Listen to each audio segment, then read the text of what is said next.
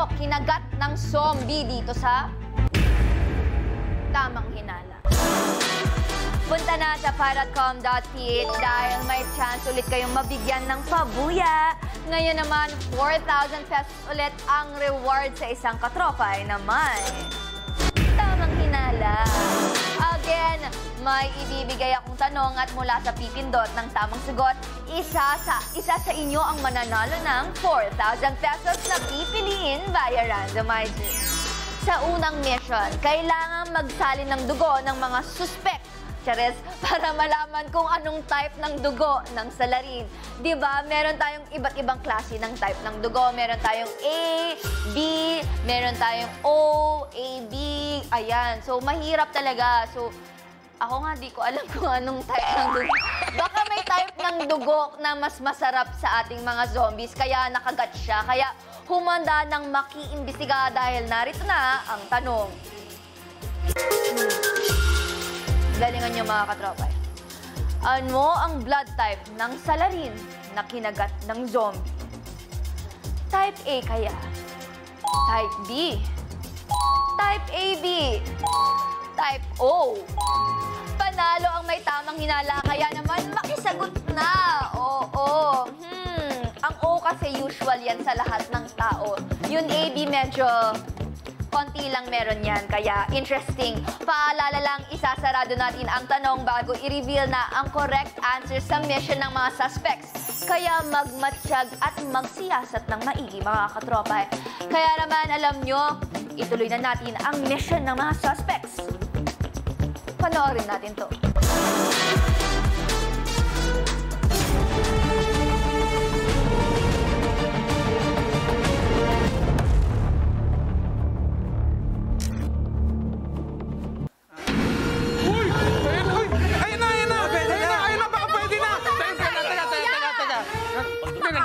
Ako rin, kinabahan din ako eh. Kailangan nilang pagdugtong-dugtongin yung tubo para nang sa ganun, yung dugo doon mapunta dito sa tubong nandito. Yung puti na yun, no?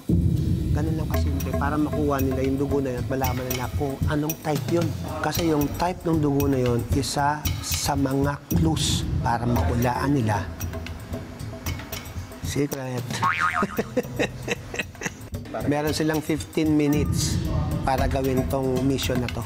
Uy, nag-start na ang 15 minutes, ha? Sige, pwede na pala. Sige, try natin. Pwede na ata. Okay, try lang.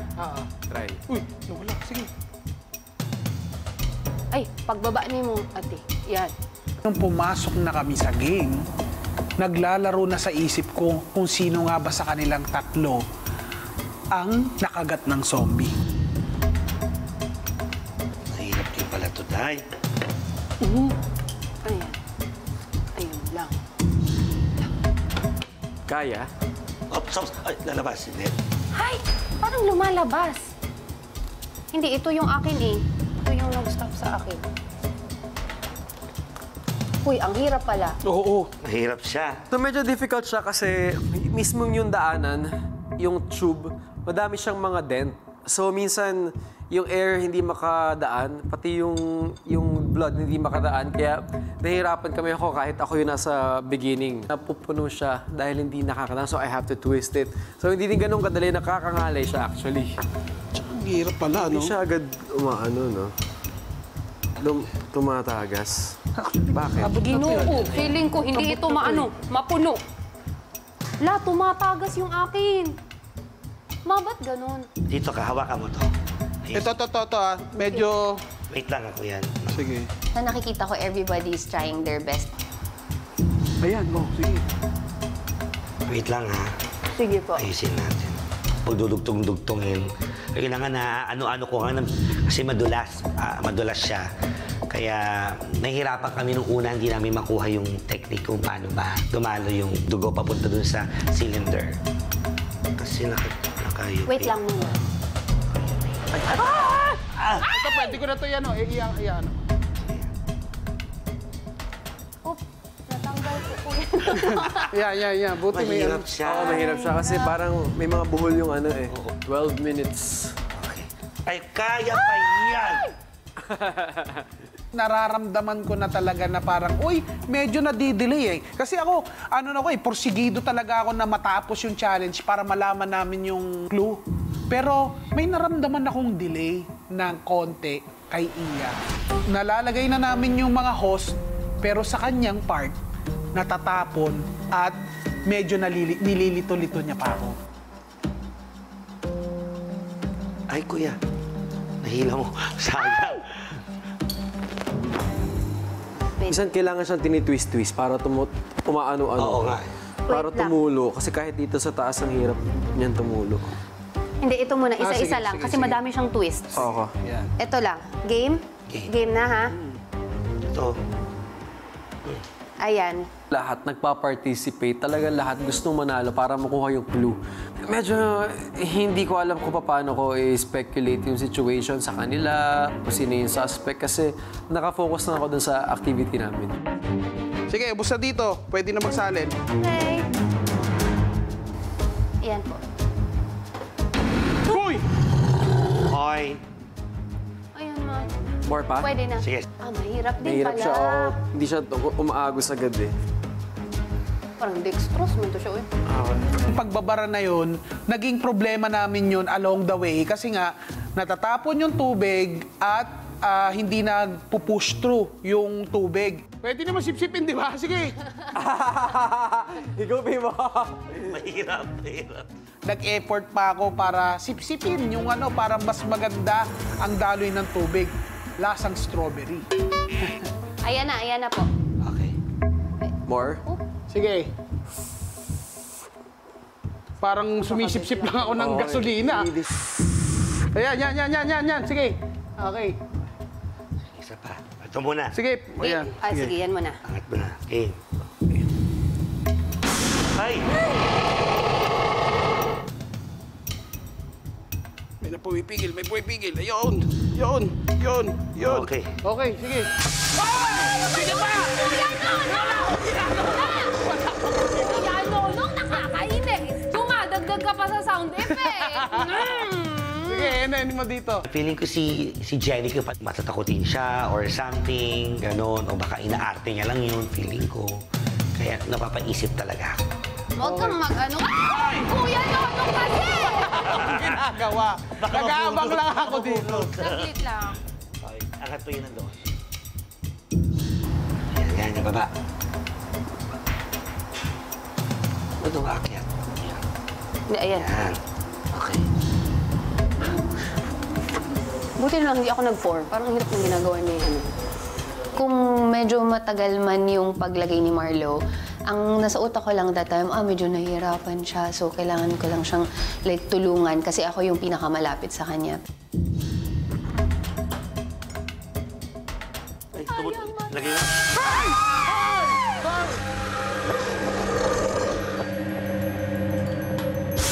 Ay! Nagdadabog sa likod dyan. Baka may lasing. Sige, lagay mo na. Punuin natin. Try natin. Dali. Alam mo, ilang beses na ako niyaya ng mga barkada ko na mag-escape room. Hindi ako sumama. Ako favorite. Dito lang ako sumama kasi babayaran ako. Takot ko.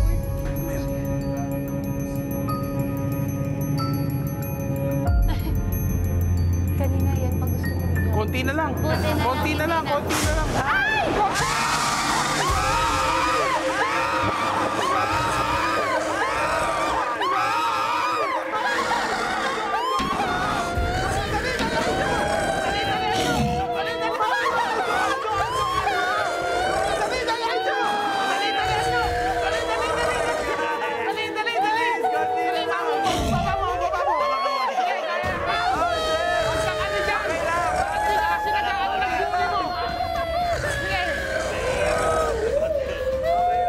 Sasamparin kita. Sige, konti pa.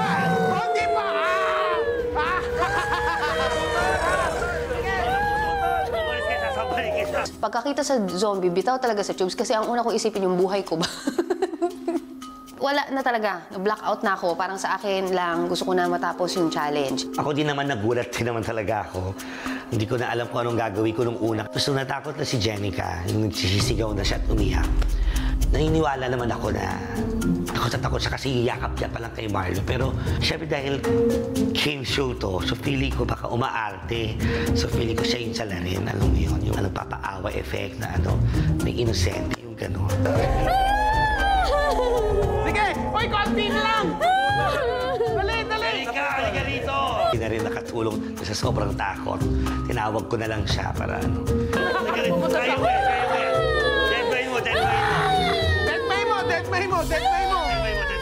Kung hindi pa sinabi ni Ate Iya na bumalik ka dito, kung hindi ako makarinig ng ibang voice, makakalimutan ko na nagtitape tayo, parang gano'n. Kalma! Ano dyan? Oo, teka lang! Pangit ng gel mo! Pwede mo na angat dyan! Pwede mo na angat dyan, Jenica!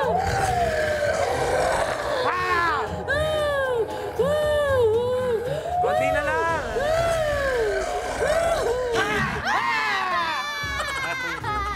Ayan na! Ayan na! Ayan na! Ayan na! More pa.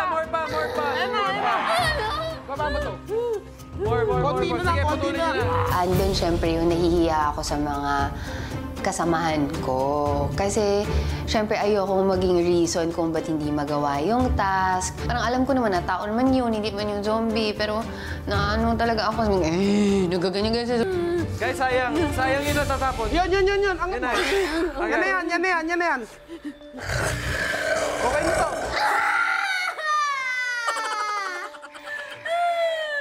Teka, kukunin na natin. Sayang. Puno na.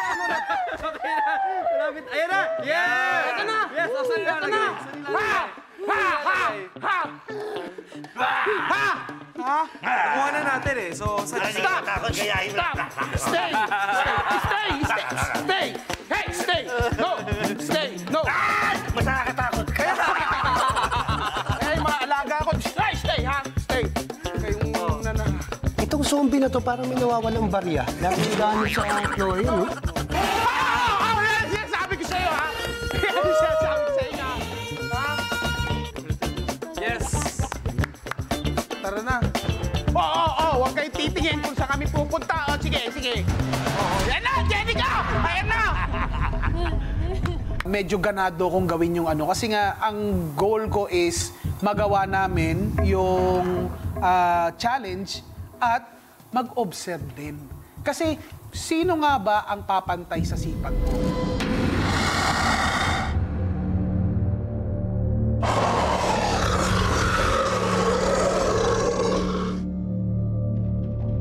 Papasukin ng mga suspect. Well, nakitodits. Suspect. We're back. Kumusta? Siya, kumusta siya? Congratulations! Yes.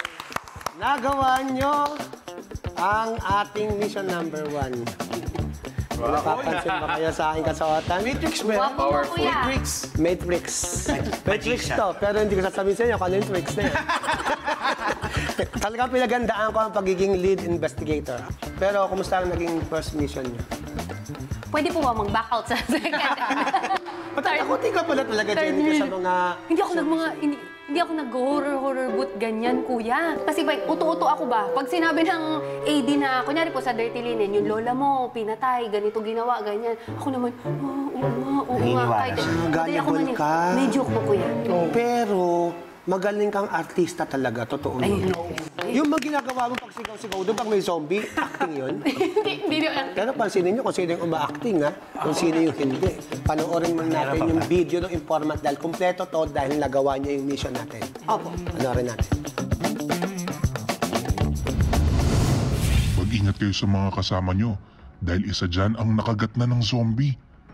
Hindi ko pa siya kilala pero base sa dugo niya siya ay type O. Sabi daw sa isang pag-aaral, ang may mga type O na dugo ay konektado sa confidence, determination at resilience.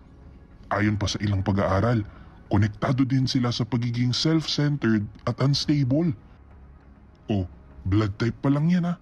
Ano pa kaya kung malaman natin ang horoscope niya sa zodiac sign niya?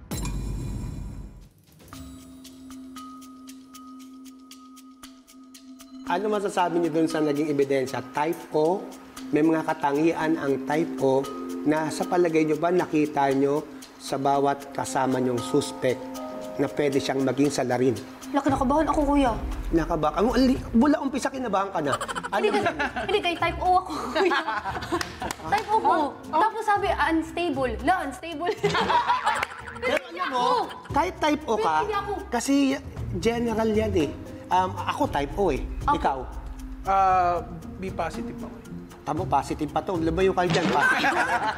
Okay lang na sabihin ko na type O ako kasi nga wala naman akong pinoprotektahan na kailangang itago since innocent naman ako.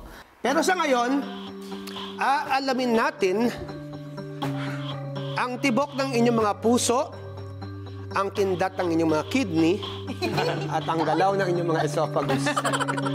Siyempre pa, cute na cute pa rin ako sa'yo. Esophagus ko yan. Esophagus mo na, sikik mo. Oras na para ibigay ang inyong mga hinala sa inyong mga kasamang mga suspect. Sisimulan ko yan. Jenica, ang sasabihin mo lamang ang hinala mo. Pakiramdam ko po ay si Kuya Nonong. Anong bakit? Kasi po parang alam niya na natataranta na ako pero parang lalo niya pang inuudyok na magkamali ako ba? Uy! Ayun na! Ayun na! Pwede na! Pwede na! Ba't parang nagiging Bisaya? Wala, Bisaya. Bisaya May talaga tono kayo? talaga ako, kuya. Kay, pinalaki ako ng duha na Bisaya. Isang taga Cebu and then the other is Cebuana nung ang... Totoo yan, no? Nung ang nanay ko. Kaya ang acting workshop ko, buong buhay ko, kuya, 2 days lang. Pero ang speech power ko ay 6 months. Lumalabas lang yung tunay kong kulay dito. Kaya, Iya, ikaw.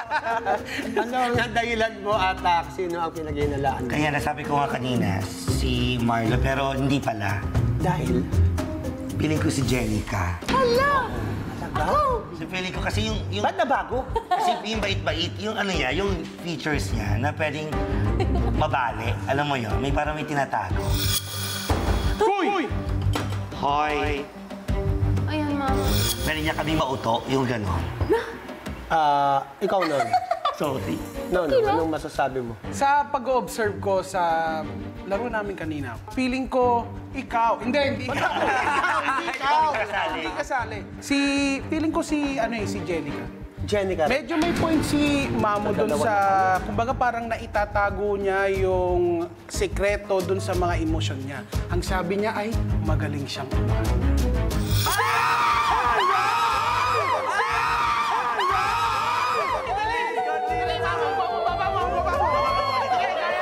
Pero pinapanood kita doon kanina, parang baliwala naman sa'yo yung mga kasama mo eh. Basta sumisip-sip ka lang at dumura ka pa. Dumura ka ba? Sayang eh. May pagka, ka rin, baboy ka. Kuya! Alaula. Kumanan siya, oh. Buti nga hindi sumama yung postiso ko. Carlo. Sa ngayon wala akong clear vision kung sino yung suspect. Pero sino, no? Takot ko, uy. Mutulog dito. Meron ko tutumulong. Baka kasi nakagat may rabies eh. Naglalaway na. Naglalaway mo kami, kagat niya naman. Dineflect niya yung type O. Sinabi niya, B positive. Malay mo talagang binabaling niya sa iba. Unti-unti nang nagsisimula ang dudahan at may kanya-kanya na silang unang hinala. Ang mga katropay kaya natin, kumusta ang pag-iimbestiga? Bigayan mo na ng pabuya kasama si Special Agent Karina. Karina?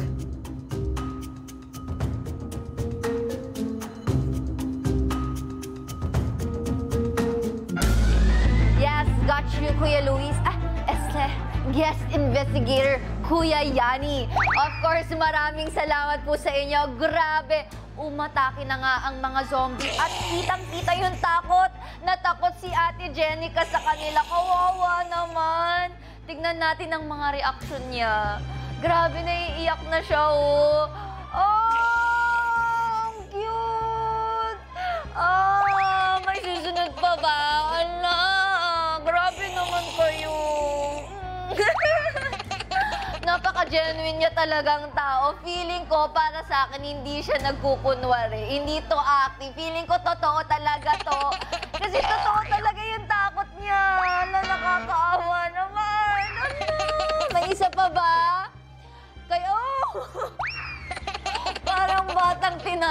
dinala sa horror house.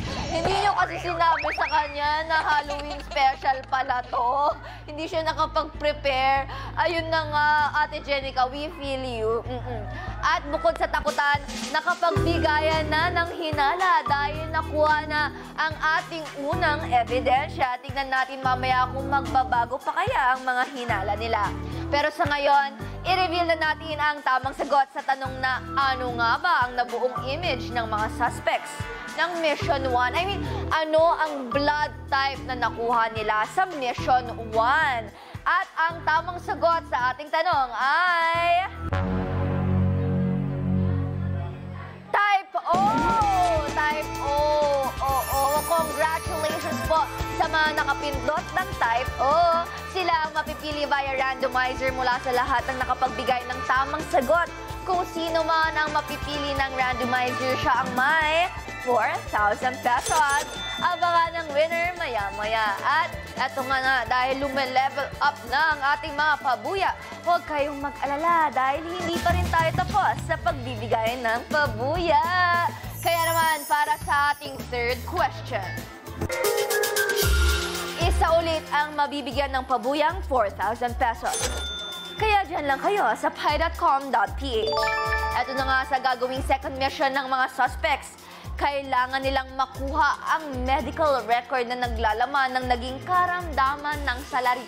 Ito, feeling ko, mahalaga to mga katropay. Kasi yung blood type medyo mahirap hulaan. Pero ito na talaga. Ang tanong, anong karamdaman ng salarin ang nakasulat sa medical record? Gout, hika, high blood, or vertigo?